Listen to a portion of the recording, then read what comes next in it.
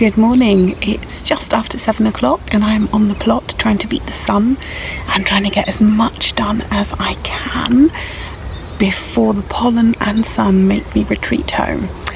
Now, you remember last time I was digging over there, and I'm very glad I did, because when I came up with the kids to just do some watering and drop some plants off, some squash and tomatoes had got massive in that grow house and I needed to put them out. I didn't know which ones they were because I didn't have my notebook with me, so I whacked them out best I could. I think the tomatoes are right. The squash, I now know I've put too close together. Can't do anything about that now. But now what I need to do today is try and clear the rest of that so I can get the rest of the squash in, and my sweet corn, I want those planted. I'm going to sow direct into the ground with a cut out bottle over the top to protect them a bit. But my first job today is just to water everything. It was very hot yesterday, it's going to be very hot today. It's already coming up to 20 degrees, so I'm going to water everything, try and loosen that ground up a bit, and just see what I can do today before I have to run for the hills.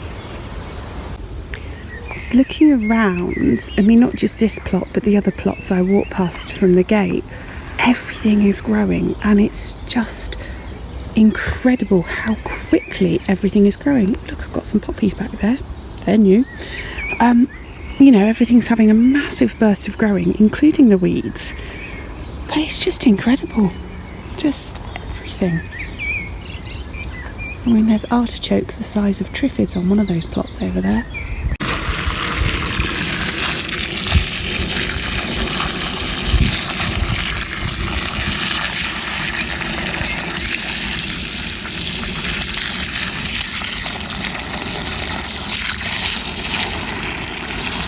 My dad always says, if you're going to water potatoes, water them properly.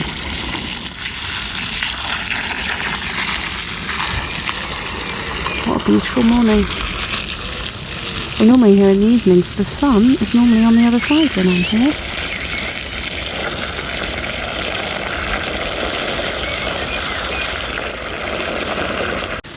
This bit down the front here, the idea is that this is going to be like a permanent flower bed, just this strip at the front here.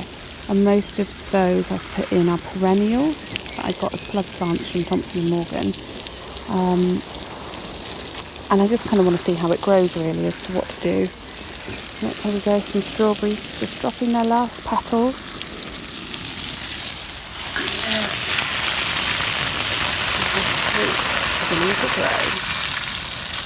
You see some YouTubers with those lovely sprayers on the end. I don't have a sprayer, I have a thumb. Look at that.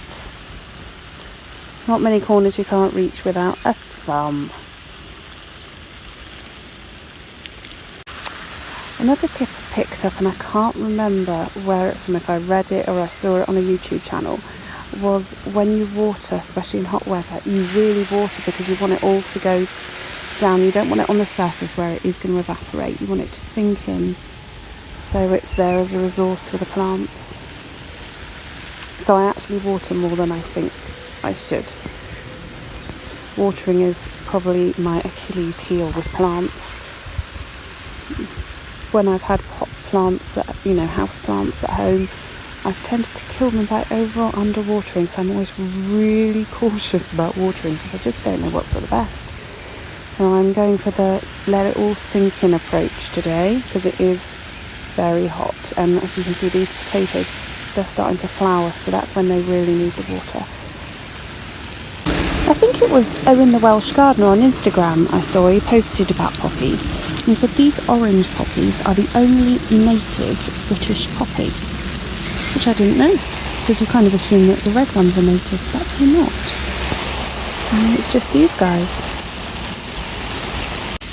I'm not actually too worried about these fruit bushes because last year they gave a beautiful crop and there was no one here to water them, so giving them a quick sprinkle, but I'm not really that worried because I know they'll do fine anyway.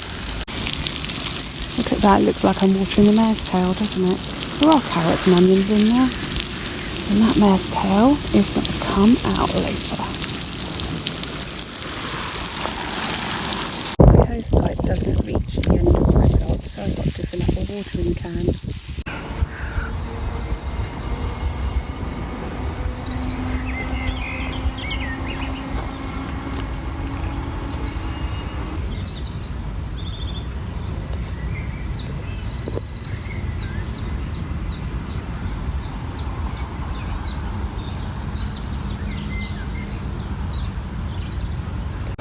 It's 9 o'clock, 23 degrees, and I've just finished watering and weeding.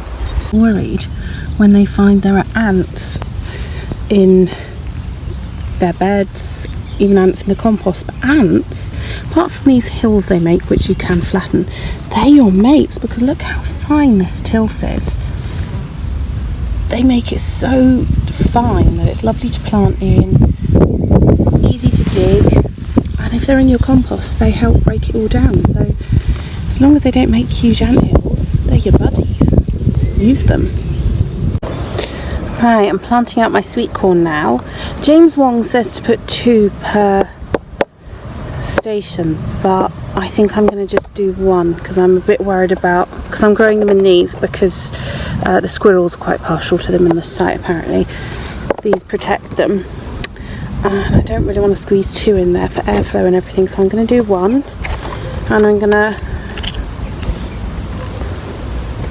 put these around them.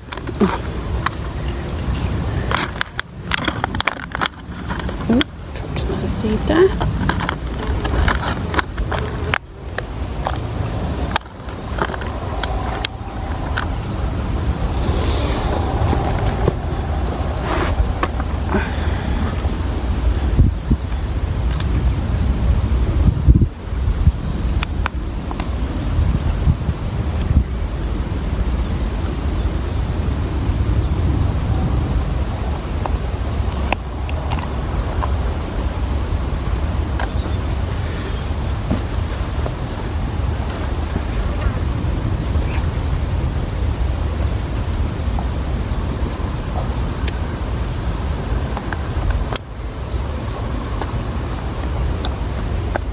Sure the foxes will come along at some point and get curious and dig them out like they did my toilet roll parsnips.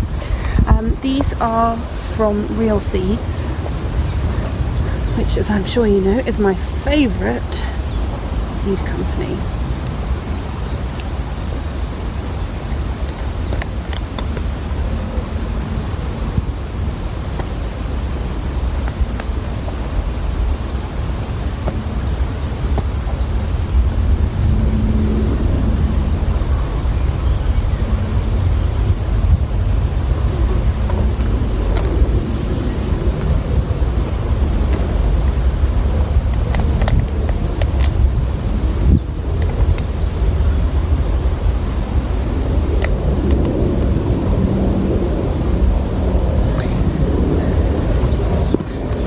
The important thing to do when planting sweet corn is to plant it in a block, not a line, because they don't pollinate with bees, they self-pollinate with the wind. So you want them in a block so they pollinate. And if you've seen Blustered Dave's last YouTube clip, he's got a really good way of making you think about the spacing. You know, those American films where you see kids running from aliens and monsters through cornfields, you want to be able to run through your corn. That's the spacing you need. I thought that was a really good way of remembering. What I'm actually doing is I'm planting my squash between, so doing the 2 sisters, not the 3 sisters, because apparently it's not so good. We don't have the right kind of climbing bean here, but 2 sisters apparently works very well.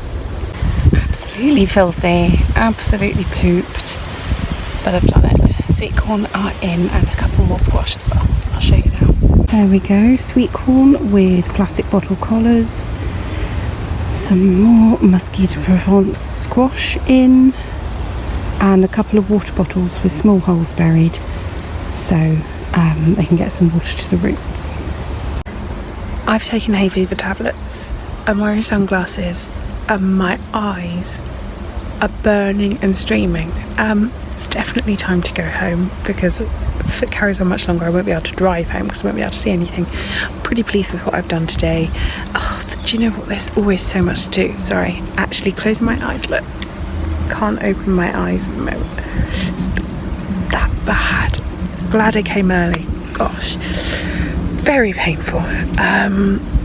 Yeah, this thing is with allotments, you could keep going, there's always stuff to do, but I've done the essentials, done the watering, done the weeding, put another courgette in, 3 more squashes, planted 24 sweetcorn seeds, and I'm going to take these poor eyes home so they can shelter from the pollen. Whatever you're doing, have a lovely time and see you next time. Bye bye.